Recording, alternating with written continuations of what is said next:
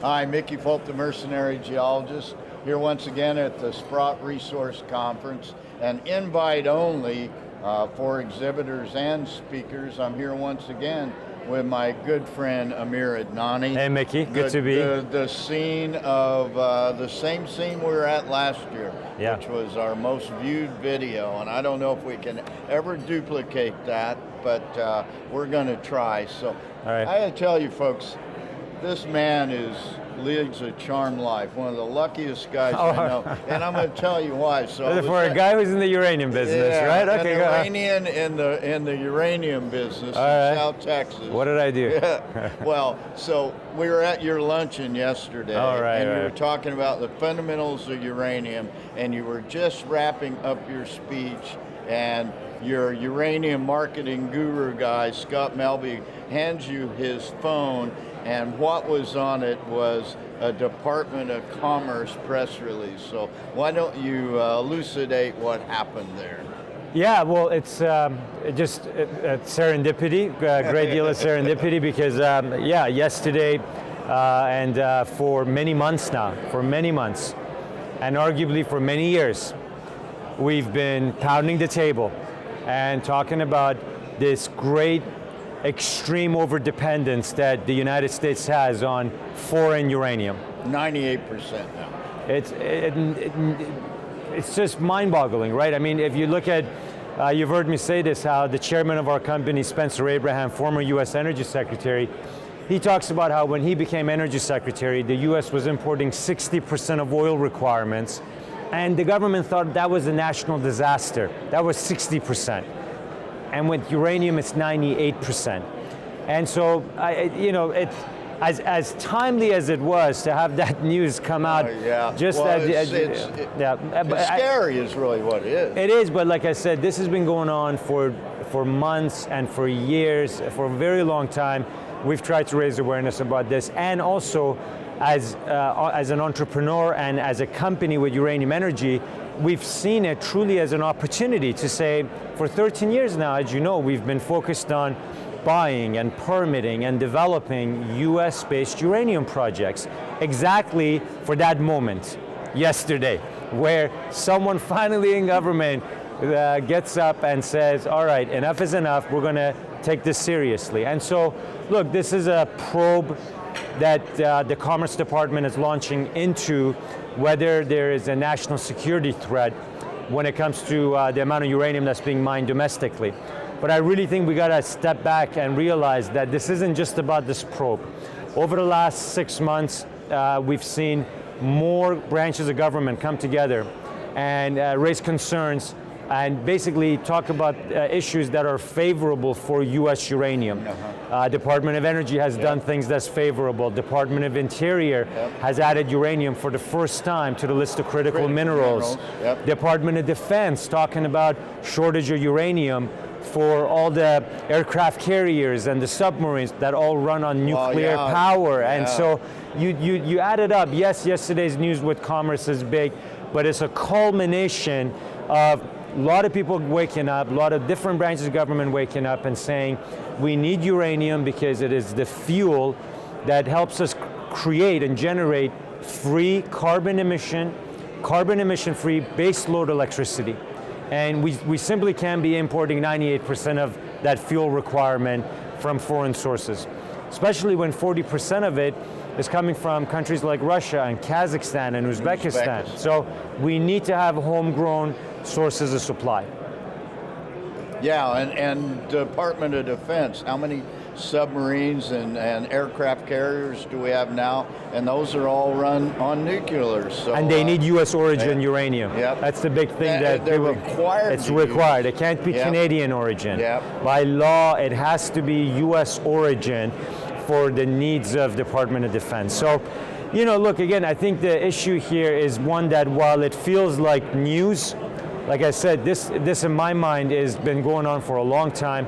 And Mickey, look, arguably the foundation for this was the end of the Cold War, right? You know this very well. After the Cold War ended, the HEU treaty became this big source of taking Soviet-era warheads and dismantling them and feeding the uranium from those warheads into the market for power generation. And that became such a big source of uranium coming into the US market. Megatons to megawatts That's it. for the uninitiated.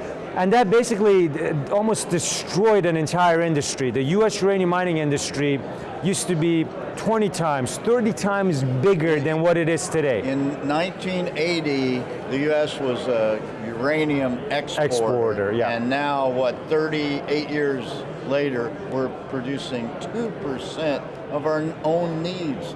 It's almost criminal. It's criminal, but the good news is that areas like South Texas, areas like Wyoming, are geologically the potential for new uranium discoveries, for good infrastructure.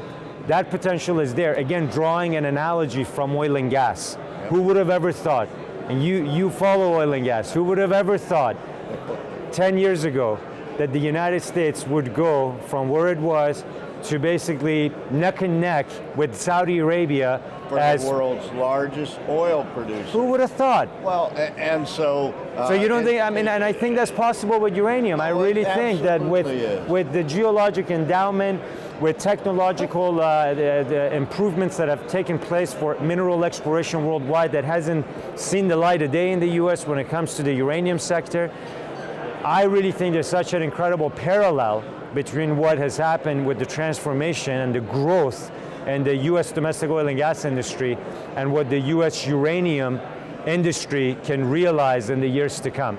Yesterday's news, I think, elevates the issue and raises awareness about it at a very high level, so I think that's why it's significant news. But this really sets the stage for tremendous growth to come. And the next months and years ahead of us are going to be very interesting for the U.S. uranium industry. Well, you know, folks, that I am focused on the domestic uranium industry, almost solely on the domestic uranium industry. And one of my largest uranium shareholdings, in fact, as I do the math, it is my largest uranium shareholder. We're happy to hear that. Uranium Energy Corp, and I've been a shareholder for a long time. And I continue to add on occasion when the market capitalization and share price goes down. I appreciate that, Mickey. So let's talk about where your projects are. You already mentioned South Texas, which we all know about. You've moved big time into Wyoming in the last year or so. And so give us some insight on that, Amir.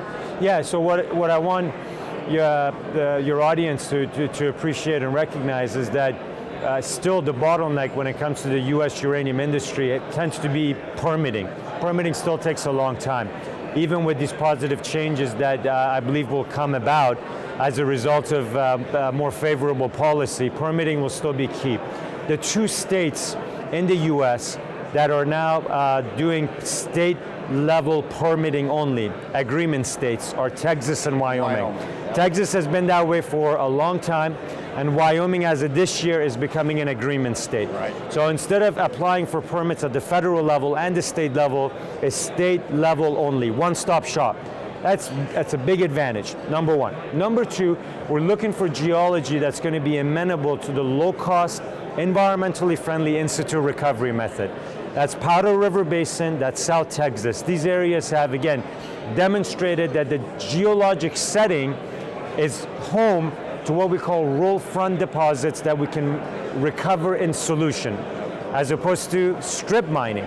Right. So to your point, yeah, we've been very active in South Texas for 13 years, building community relations, leasing land, doing grassroots exploration, doing development and permitting, and even building and operating uranium mines. We did that for 4 years before saying the uranium price is too low and shutting down. But in terms of what we have coming up, I'm most excited right now about our Burke Hollow project. Right. In the coming weeks. I'm really hoping that we'll get a key permit that's missing for us to complete the permitting there, a radioactive material license. Yep. We've been working on that for the last year and a half. So that's one kind of news item or development there to look forward to. Wyoming, switching gears, as you said, very busy year and a half, making 2 acquisitions in Wyoming, Reno Creek and North Reno Creek. Now we're consolidating it. It's all under one mine permit for 2 million pounds per year. So in the coming months, we look to release a new resource report. look to complete new economic studies around the deposit and how we're going to mine it.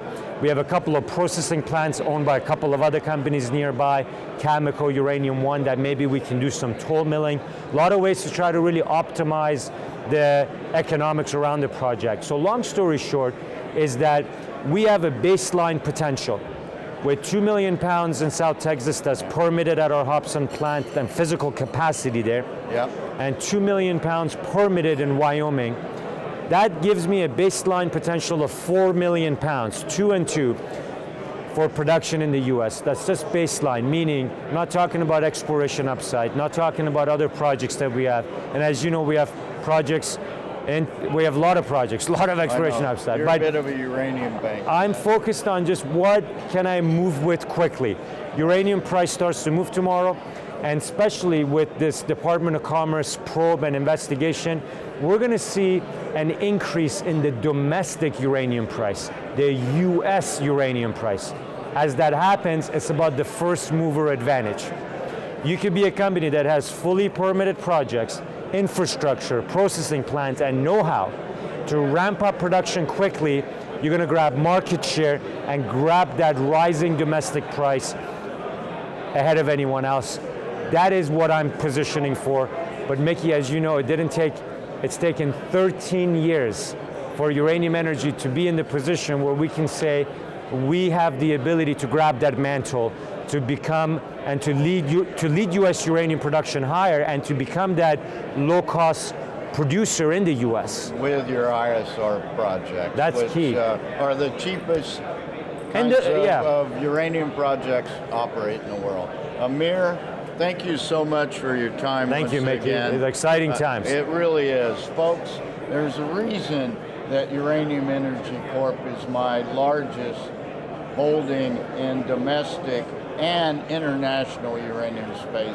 A lot of it has to do with this gentleman and his foresight and his vision starting 13 years ago. Really good company, tight share structure, run by the right people, and I think the right projects in Texas and Wyoming. That's it from here. Ciao for now. See you next time with the Amir and Mickey Show. Looking forward to it.